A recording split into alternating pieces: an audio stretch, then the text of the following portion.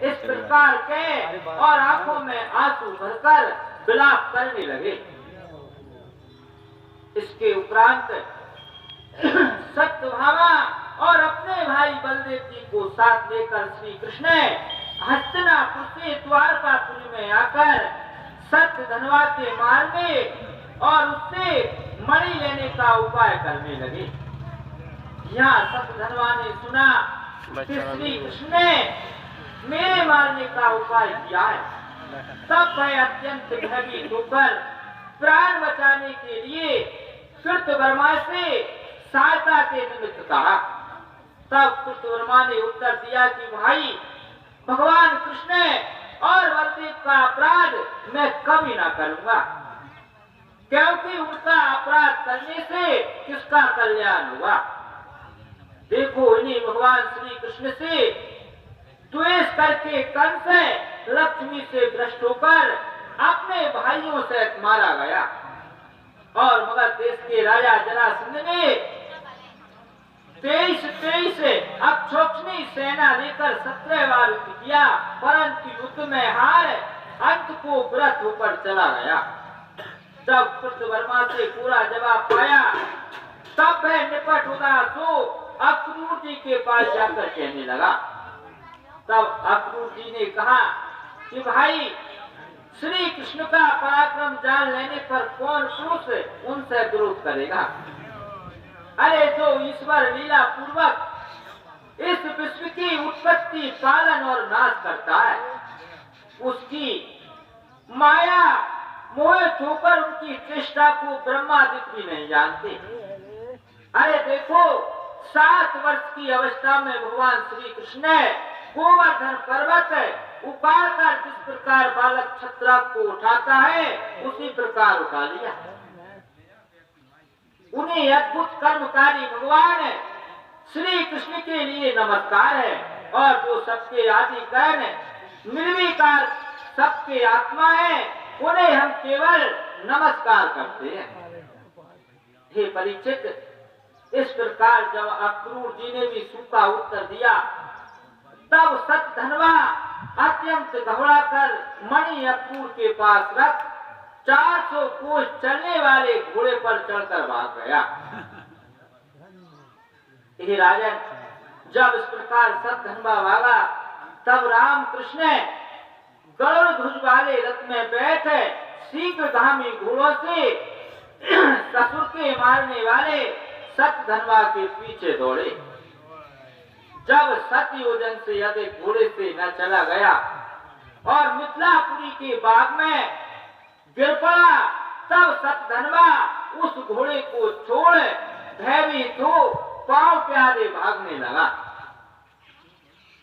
तो श्री कृष्ण भी अत्यंत क्रोधित होकर उसके पीछे दौड़ने लगे। इसके उपरांत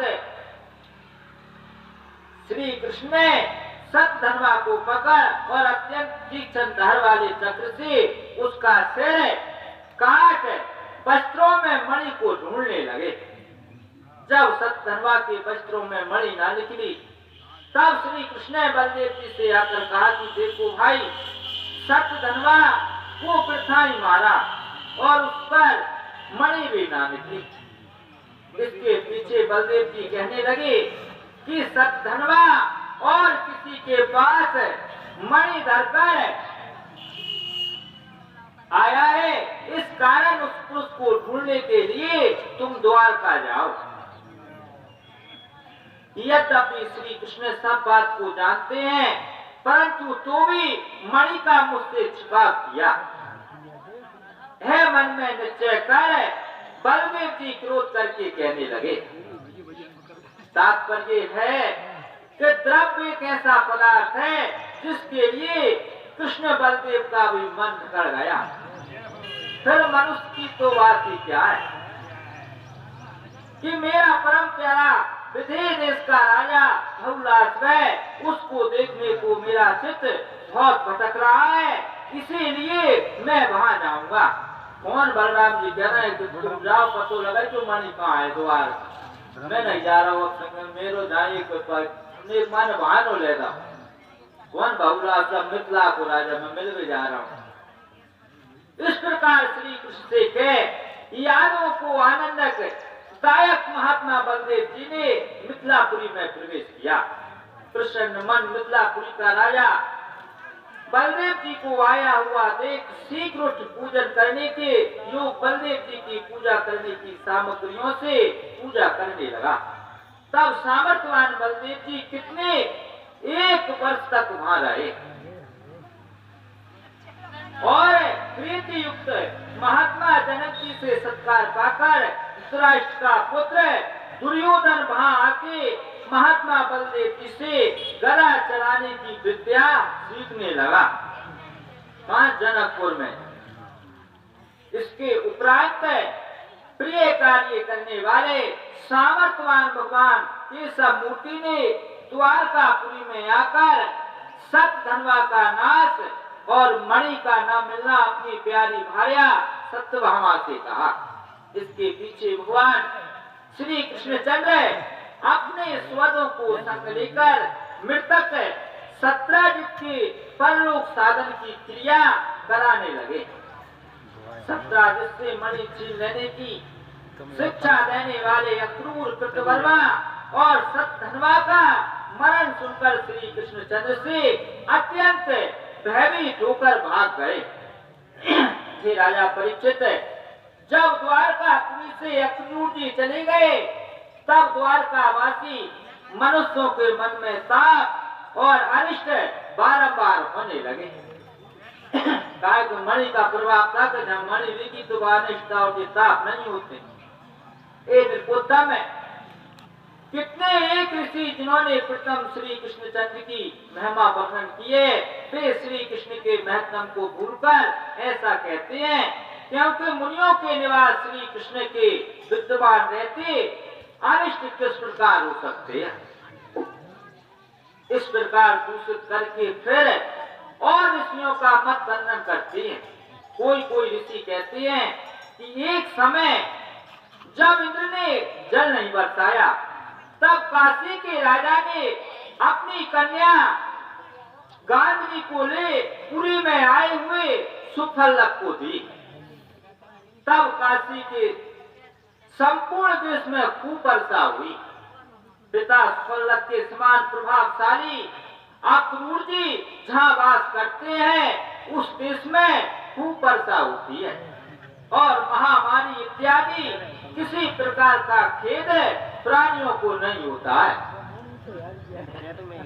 इस प्रकार वृद्ध पुरुषों का वचन सुनकर केवल अक्रूर जी यहाँ से गया है और मणि को भी वही ले गया है बात निश्चय करके अक्रूर को काशी से बुलाने के लिए श्री कृष्णचंद्र ने कहा।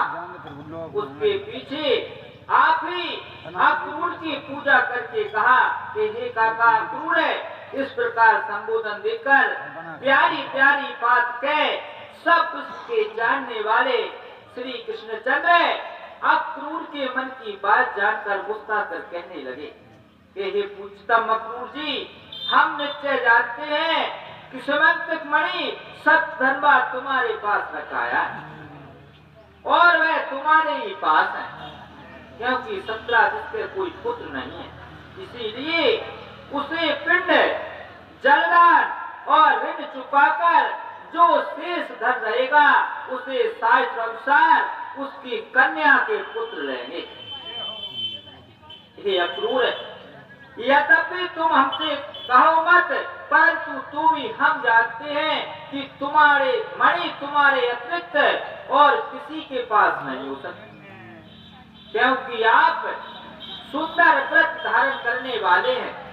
तब अक्रूर जी ने कहा कि अच्छा मेरे पास सही तुम्हें क्या प्रयोजन है सुनकर श्री कृष्ण बोले कि बड़े भाई बलदेव जी इस मणि के पीछे मेरा विश्वास नहीं करते। ये बड़भागी अक्रूर है तुम मणि दिखाकर शीघ्र ही मेरे भाई को शांत करो और मेरे पास मणि नहीं है मत कहो। यदि कदाचित तुम्हारे पास मणि न होती तो स्वर्ण की वेदी बनाकर काशी में जाकर अखंड यज्ञ कैसे करते।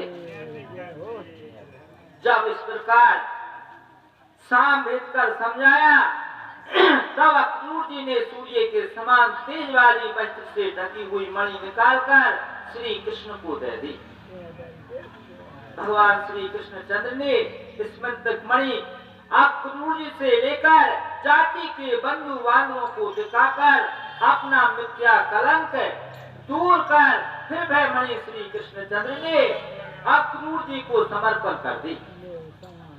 परमेश्वर भगवान श्री कृष्णचंद्र का कहा हुआ मनुष्यों के दुखों को हरने वाला सुंदर मंगल रूप इस मंत्रक मणि के प्रसंग को जो कोई पुरुष पढ़ेगा या श्रवण करेगा अथवा स्मरण करेगा वह कुत्सित पापों के कलंक को दूर कर कल्याण को प्राप्त होगा।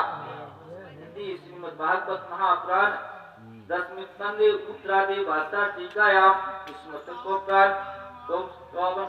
समाज राधा कृष्ण भगवान की जय। तू सत्या भद्रा लक्ष्मण उर्मित्र वृंद कालिंद 58 अध्याय में बड़ी सकल गोविंद राधा कृष्ण भगवान की जय। अब श्री सुखदेव जी बोले कि हे राजा परीक्षित, लाक्षागृह में पांडव जल गए है बात होने पर भी द्रुपद राजा के यहाँ पीछे दिखाई दिए। इस प्रकार पांडवों की खबर पाकर भगवान श्री कृष्णचंद्र सात्विकी आदि यादवों को संग ले एक समय इंद्रप्रस्थ गए। सबके ईश्वर श्री कृष्ण को देखते ही जिस प्रकार मृतक शरीर में प्राण आने से इतनी चेतन हो जाती है, उसी प्रकार बलवान पांडव उठकर खड़े हुए। श्री कृष्णचंद्र से मिलकर पाप रहित होने के कारण वीर पांडव स्नेह भरी मुस्कान सहित श्री कृष्णचंद्र का मुखार बिंदु देखकर परमानंद को प्राप्त हुए। प्रथम श्री कृष्णचंद्र युधिष्ठिर और भीमसेन के चरणों में नमस्कार करके फिर अपने समान अर्जुन से मिले। इसके उपरांत छोटे नकुल और सहदेव ने श्री कृष्ण को नमस्कार किया। फिर श्रेष्ठ आसन पर विराजमान श्री कृष्णचंद्र को नवभाषा निंदा रहित लज्जावती द्रौपदी ने आकर धीरे धीरे प्रणाम किया। उसी प्रकार सात्विकी को भी पांडवों ने आकर पूजन कर आसन पर बिठाया। फिर और मनुष्यों को भी आदर सम्मान किया। फिर श्री कृष्ण ने कुंती के पास आकर प्रणाम किया तो कुंती ने भी स्नेह भरी चितवन से आलिंगन किया और श्री कृष्णचंद्र ने पिता व बहन की कुशल कुंती से पूछी।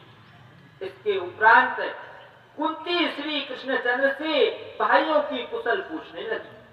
प्रेम की व्याकुलता से गदगद कंठों नेत्रों में आंसू भर कौरवों के दिए कष्ट की सुख करके कुंती भक्तों के कलेशों को नष्ट करने वाले श्री कृष्णचंद्र से कहने लगी कि हे कृष्ण, जाति के बंधु, हमको स्मरण करके जिस समय तुमने मेरे भाई अक्रूर को खबर लेने भेजा उस समय हमारी सब कुशल हो गई और तुमने हमको सनात कर दिया। यद्यपि उस विश्व के हितकारी आत्मा तुम है अपना है पराया है, इस भ्रम से रहते हो, परंतु तो भी जो कोई तुम्हारा सर्वदा स्मरण करता है तुम उसके हृदय में स्थित होकर समस्त कलेशों का नाश कर देते हो। राजा युधिष्ठिर कहने लगे कि हे ब्रह्मादिकों के ईश्वर, नहीं ज्ञात होता कि मैंने क्या कल्याणकारी कार्य किया, क्योंकि योगेश्वरों को जिनका दर्शन होना महाकठिन है उनका हम सभी के कुमतियों को दर्शन हुआ। श्री सुखदेव जी बोले, हे राजन, इस प्रकार राजा युधिष्ठिर की प्रार्थना करने पर श्री कृष्णचंद्र इंद्रप्रस्थ निवासियों के नेत्रों को आनंद देते हुए वर्षा काल तक पर वहीं विराजमान रहे। एक समय महाबलवान शत्रुओं का मानने वाला अर्जुन कपी ध्वज वाले रथ में चढ़कर कांटी धनुष और बाणों से भरा तरकसली कवच पहन बहुत सर्प और मृग वाले बड़े वन में श्री कृष्ण के साथ शिकार खेलने को गया। उस वन में पहुंचकर ब्याग, सूकर, भैंसा, रूरू अर्थात हिरण, सरब, रोज, घोड़ा, मृग और खरा इनको अपने तीक्ष्ण बाणों से छेदन करने लगा। हे राजन, अमावस्या पूर्णमासी है पर्व जब आकर प्राप्त हुए तब सेवक लोग पवित्र पशु राजा युधिष्ठिर के पास लाए और जब अर्जुन को प्यास लगी तो थका हुआ यमुना जी पर आया। महारथी अर्जुन और श्री कृष्ण ने यमुना के निर्मल जल का आचमन कर और जल पीकर जब खड़े हुए तब उन्होंने एक सुंदर कन्या बैठी देखी। सुंदर जंगा, श्रेष्ठ दांत, मनोहर मुख, ऐसी प्रेमदा कन्या के पास श्री कृष्ण का भेजा हुआ अर्जुन जाकर पूछने लगा कि हे सुश्रैनी, तुम कौन हो और किसकी पुत्री हो, कहां से आई हो और तुम्हारे मन में क्या करने की इच्छा है, सो सब वृतांत कहो। मुझे निश्चय जान पड़ता है कि तुम्हारे पति करने की इच्छा है। इतना पूछने पर कालिंदी ने कहा, मैं सूर्य देव की पुत्री हूँ। कालिंदी मेरा नाम है और वर को देने वाले विष्णु भगवान को पति करने की इच्छा से तप कर रही हूँ। हे वीर, अत्यंत रूपवान श्री कृष्ण चंद्र के अतिरिक्त और किसी को मैं नहीं करूंगी। मैं अनाथ के आश्रय मुकुंद भगवान मेरे ऊपर प्रसन्न हो। मैं कालिंदी नाम से विख्यात हूँ और मेरे पिता सूर्य देव ने यमुना जल में स्थान बना दिया है, इसलिए जब तक भगवान श्री कृष्ण का दर्शन ना होगा तब तक यहाँ वास करूंगी।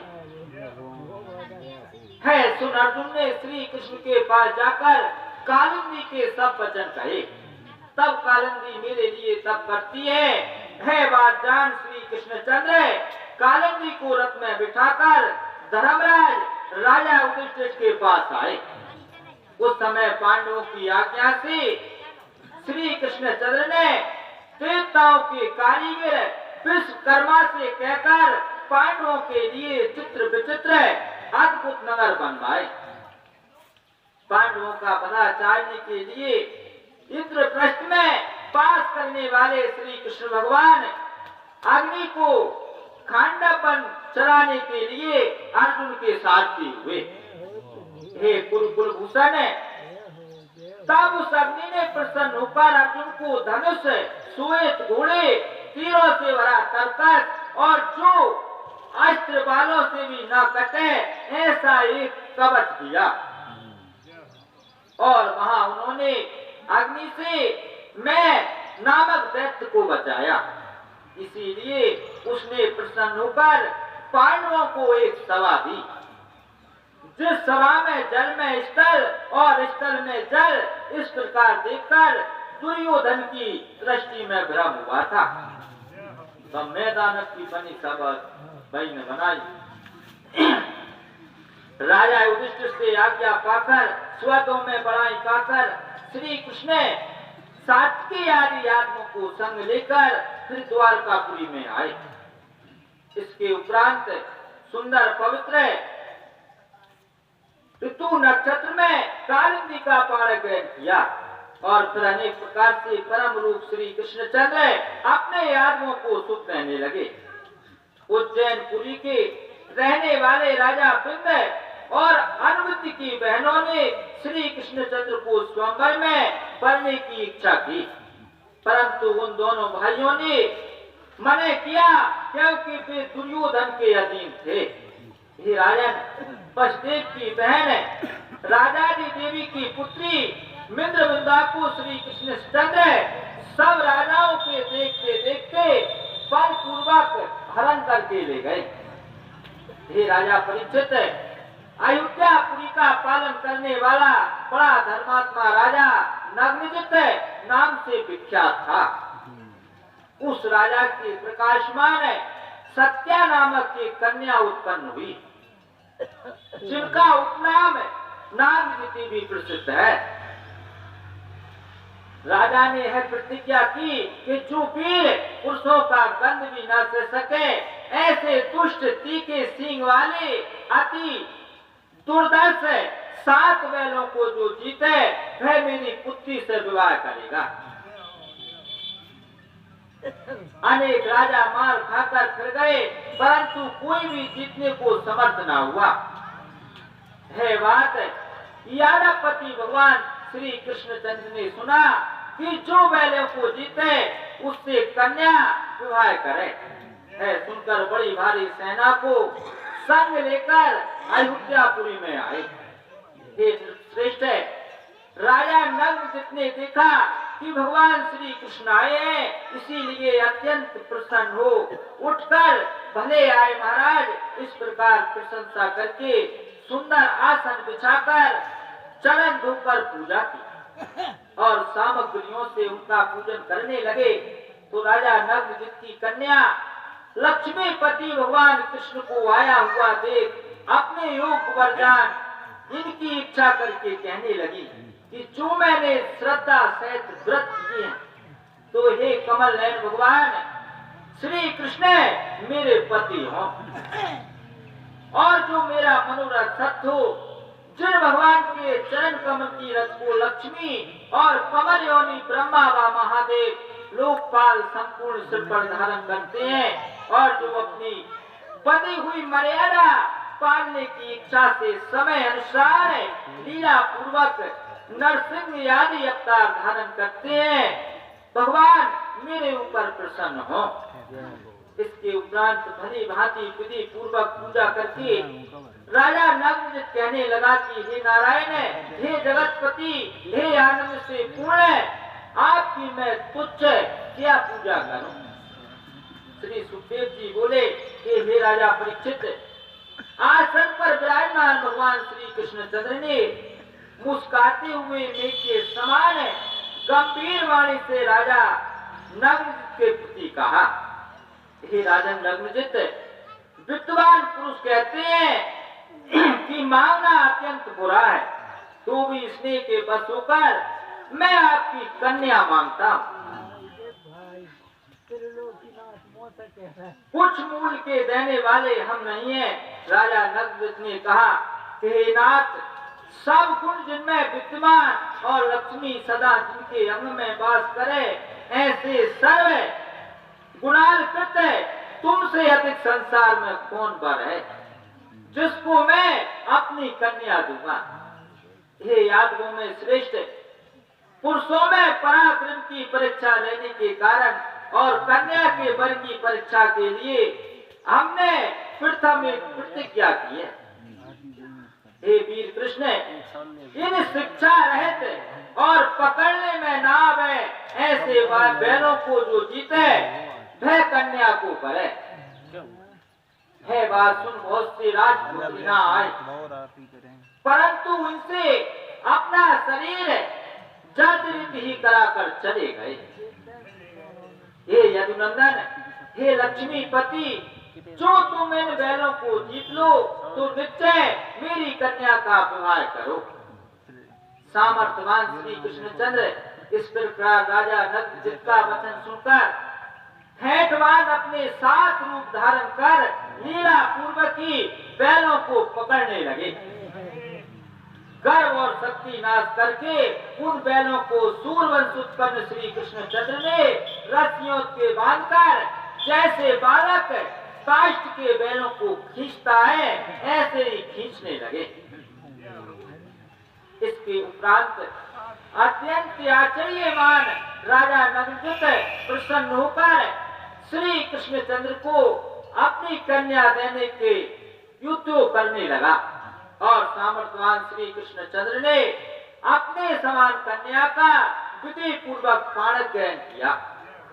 राजा नगरजित की रानी अपनी कन्या के प्रिय पति श्री कृष्ण को वर पाकर परम आनंदित हुई और बड़ा उत्सव हुआ। शंख भेरी नगाड़े बजने लगे, गीतों का शब्द सुनाई दिया, ब्राह्मणों ने अनेक आशीर्वाद दिए, सुंदर वस्त्र मालाओं से शोभायमान सब नर नारी प्रसन्न हो गए।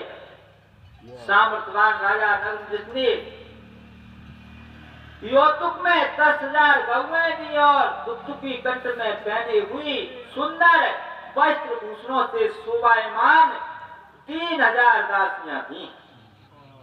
9,000 हाथी और हाथियों से 100 गुने अर्थात 9 लाख रथों से 100 गुने अर्थात 9 करोड़ घोड़े दिए और घोड़ों से 100 गुने अर्थात 1 अरब मनुष्य। इसने से व्याप्त थे कौशल देश का राजा नगरजित अपनी कन्या सहित श्री कृष्ण को रथ में बैठाकर और बहुत सी सेनाएं संग लेकर पहुंचाने चला, जिनका पुष्पार्थ प्रथम यादव और बैलों से भंग हो गया था। वे राजा है बात सुनकर न सह सके और कन्या को ले जाते हुए भगवान श्री कृष्ण को मार्ग में रोक लिया।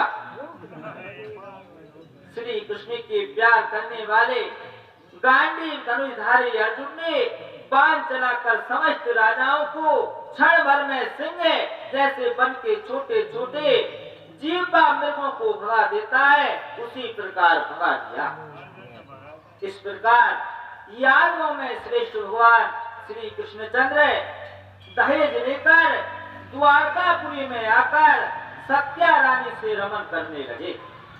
वसुदेव की बहन सुरकीर्ति की पुत्री कैकेयी देश उत्पन्न भद्रा को संत दर्शन आदि भाइयों के देने पर श्री कृष्णचंद्र ने ब्याया। सुंदर लक्षण वाली मध्य देश की राजा की कन्या लक्ष्मणा को गरुड़ जैसे अमृत लाता है, उसी प्रकार अकेले श्री कृष्णचंद्र हरदल ले आए।